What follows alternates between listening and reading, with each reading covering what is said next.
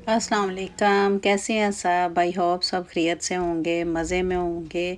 ये जो आप देख रहे हैं ये विनी बेक इधर थोड़ा ही अरसा हुआ है कि इधर जैसे अरबिक फ़तायर नहीं होते वैसे ये इन्होंने रेस्टोरेंट ओपन किया है विनी बेक्स के नाम से। कोई सूरिया की जो फैमिली है, हस्बैंड वाइफ उन्होंने। तो हम लोगों ने भी टेस्ट किया, बहुत अच्छा है। इनका बकलावा भी था, स्वीट्स में बकलावा था और ज़ातर था, उनका चीज़ था, लेकिन स्टाइल वो नहीं था जो जैसा कि हम कुवैत में खाते थे, वो वाला टेस्ट भी नहीं था। लेकिन अल्हम्दुलिल्लाह चलें, अल्लाह ताला उनके कारोबार में बरकत डाले। तो ये चीज़ इनका अच्छा था और लहम जो था वो भी ठीक था, हमने सब टेस्ट किया और बहुत मज़ा आया। तो आज जो मैं आप सबसे शेयर करने जा रही हूँ वो है आप सबके इसरार पे मेरे बहुत प्यारे व्यूवर्स ने कहा है कि कनाडा की टैक्स के बारे में हमारे साथ जो है इंफॉर्मेशन शेयर करें। तो टैक्स जो है इधर आपको पता है इन कंट्रीज़ में टैक्स जो है वो काफ़ी ज़्यादा है। कनाडा में ज़्यादा है, अमेरिका में टैक्स थोड़ा कम है। कनाडा में टैक्स जो है वो इस तरह है कि जब हम इधर जो एक तो प्रोविंशियल टैक्स है ना, एक प्रोविंस का टैक्स है और एक फेडरल टैक्स है जो कि गवर्नमेंट का टैक्स है। कुछ जो प्रोविंस हैं उनमें ओनली फेडरल टैक्स है, जैसे कि अल्बर्टा है, उधर जो है आपका सिर्फ ओनली वन टैक्स है, आपका प्रोविंशियल टैक्स नहीं है। अल्बर्टा का खुद का टैक्स नहीं है, ओनली जीएसटी मीन के गवर्नमेंट का टैक्स है। तो इधर जिस हम प्रोविंस में रहते हैं मैनिटोबा में, इधर 2 टैक्स हैं, 12% हो जाते हैं क्योंकि 7% जो है प्रोविंशियल टैक्स है, प्रोविंस का टैक्स है और 5% जो है 5% जो है वो फेडरल टैक्स है। दैट मीन्स कि अल्बर्टा में ओनली 5% टैक्स है और इधर हमारे जो मैनिटोबा में, ओंटारियो में और काफ़ी प्रोविंस हैं जिनमें कि इसी तरह ही डबल टैक्स है। कुछ इस तरह है कि घर की जो चीज़ आप लेने जाते हैं, जैसे कि आप कोई भी चीज़ घर के लिए है, फॉर एग्ज़ाम्पल एक जूसर लिया है, ग्राइंडर लिया है, बेड लिया है, जो असेंशियल्स में जो जितना भी कुछ आता है वो आपको उस पे आपका टैक्स लगता है। ग्रोसरी जब हम लेते हैं, ग्रोसरी पे टैक्स नहीं है। खाने पीने की जो चीज़ें बाहर से, यानी कि जो रेस्टोरेंट से हम मंगवाते हैं या जाके खाते हैं, उस पे भी टैक्स है।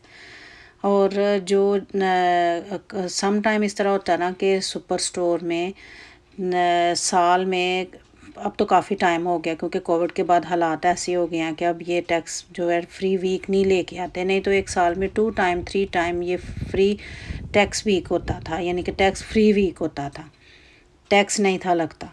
कोई भी आपने घर की चीज़ लेनी है और इतनी ज़्यादा इलेक्ट्रॉनिक्स चीज़ें और कोई चीज़ जो भी घर की हो जब चाहिए तो होती हैं, और वो बहुत ज़्यादा लोग तब बाई करते थे। और इस दफ़ा इस साल कोविड के 2 साल हो गए हैं तकरीबन ना कि इसमें जो टैक्स फ्री वीक है ये नहीं करते अब, क्योंकि हालात ऐसे हो गए हुए हैं, इस वजह से शायद करना तो चाहिए वैसे, क्योंकि इलेक्ट्रॉनिक्स की आपने अगर कोई भी चीज़ ली है, घर की कोई चीज़ ली है, तो वो ज़ाहिर है कॉस्टली काफ़ी ज़्यादा होती हैं और प्लस उन पे टैक्स भी काफ़ी ज़्यादा बन जाता है। जब 7% और 5% मिला के सम टाइम अगर आपने 400 की चीज़ ली है तो उस पर $40, 500 की ली है तो $50, इस तरह करके आपका प्लस टैक्स से वो इतनी महंगी चीज़ बन जाती है कि वो इतनी लगता है कि काफ़ी कॉस्टली है, लेकिन फिर जिधर रहो फिर उधर वो करना पड़ता है।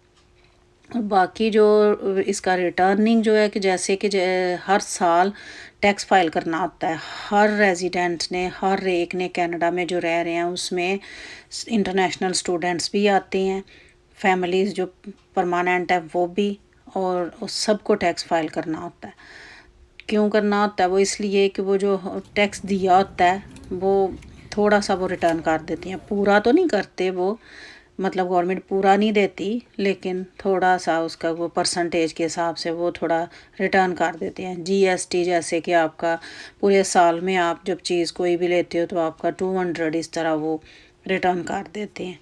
और जो पीएसटी है प्रोविंशियल जो है वो तो खैर इतना ज़्यादा रिटर्न नहीं होता, लेकिन इस तरह करके जो फेडरल है उसमें काफ़ी ज़्यादा जो चीज़ें हैं इस तरह आती हैं कि अगर आपने कोई मेडिकल चेकअप करवाया है, अगर आपके इंश्योरेंस नहीं है आपके पास, उस आपने अपने पास उसकी रिसिप्ट रखनी है, और आपने वो रिसिप्ट जब आपने टैक्स फाइल करना है ना, और एवरी ईयर फरवरी के लास्ट से स्टार्ट होके मार्च और अप्रैल जो है ना, ये 2 मंथ होते हैं कि हर साल सब ने अपना टैक्स फाइल करना होता है, और प्रीवियस ईयर का यानी कि जो लास्ट ईयर गुजरा है उसका करना होता है, जो गुज़र जाता है साल गुज़र गया होता है उसका करना होता है। तो मार्च और अप्रैल 31 अप्रैल तक डेट होती है।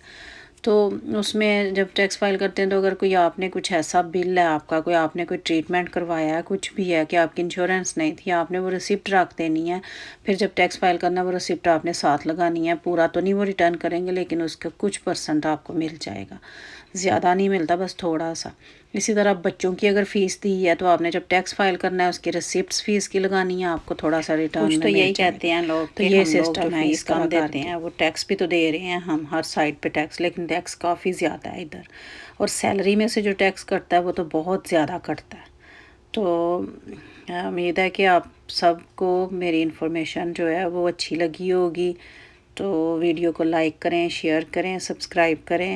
मुझे इजाज़त दें नेक्स्ट वीडियो तक। Thank you for supporting me. और अगर कुछ क्वेश्चन हो किसी चीज़ के बारे में भी, कनाडा के बारे में, तो आप पूछें कमेंट्स में, मुझे बताएं आपको वीडियो कैसी लगी। और अगर किसी किस्म का कोई क्वेश्चन है तो ज़रूर मुझे आप कमेंट्स में पूछ सकते हैं। Thank you. नेक्स्ट वीडियो तक अल्लाह हाफिज़।